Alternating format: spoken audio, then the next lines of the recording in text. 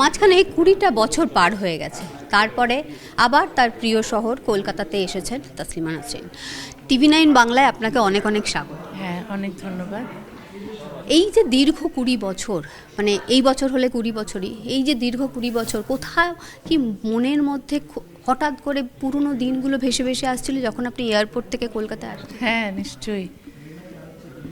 তো এই কলকাতাকে তো ভালোবেসে আমি এখানে থাকতে এসেছিলাম। আমি যখন ইউরোপে ছিলাম, ইউরোপে সব কিছু ছেড়ে আমি এখানে এসেছিলাম শুধু প্রাণের টানে, বাংলা ভাষার টানে। কারণ আমি বাংলা ভাষার লেখক, বাংলা ভাষায় কথা বলি এবং এই বাংলা পরিবেশেই থাকতে চেয়েছিলাম।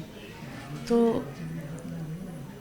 যখন ফিরছিলাম মনে হচ্ছিল যে আমি তো এক বাংলায় ফিরতে পারি না, ওখানে বোধহয় ফেরা আমার জীবনেও এই জীবনে সম্ভব হবে না। কিন্তু অনেক ওই কষ্টটা, আমার নিজের দেশে না ফেরার কষ্টটা অনেকটাই লাঘব হয় যখন আমি পশ্চিমবঙ্গে থাকি।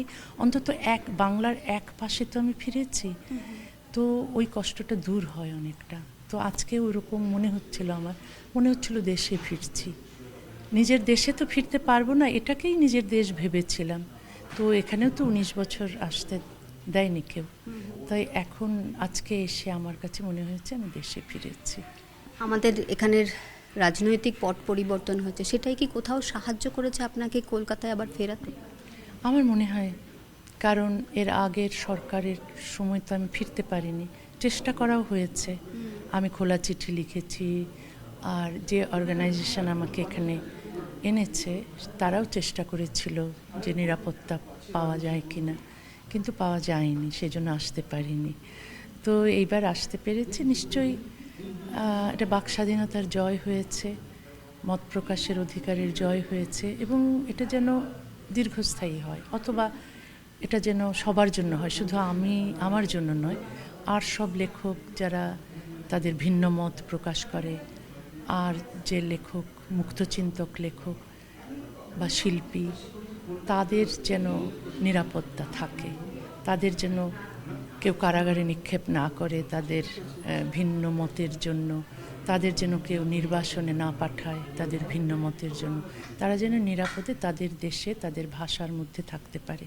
পশ্চিমবঙ্গে যেই দিনটাতে আপনার মনে হয়েছিল, যেই দিনটাতে আপনাকে বলা হয়েছিল কলকাতা ছেড়ে চলে যেতে, সবার আগে কার কাছে সাহায্য চেয়েছিলেন, কি মনে পড়ছে সেই দিনটা প্রথম ফোন কাকে করেছিলেন? আমার সে মনে নেই প্রথম ফোন কাকে করেছিলাম, তবে আমার বিশ্বাস হয়নি। আমাকে বলা হয়েছিল তুমি জয়পুরে যাও কিছুদিনের জন্য, তারপর ফিরে আসবে। আসলে তো আমাকে একেবারেই তাড়িয়ে দেওয়া হয়েছিল। আমাকে তাড়ানো কিন্তু শুধু সেই দিন হয়নি, 22শে নভেম্বর 2007 নয়, তার অনেক আগে থেকে আমাকে বলা হচ্ছিল চলে যেতে।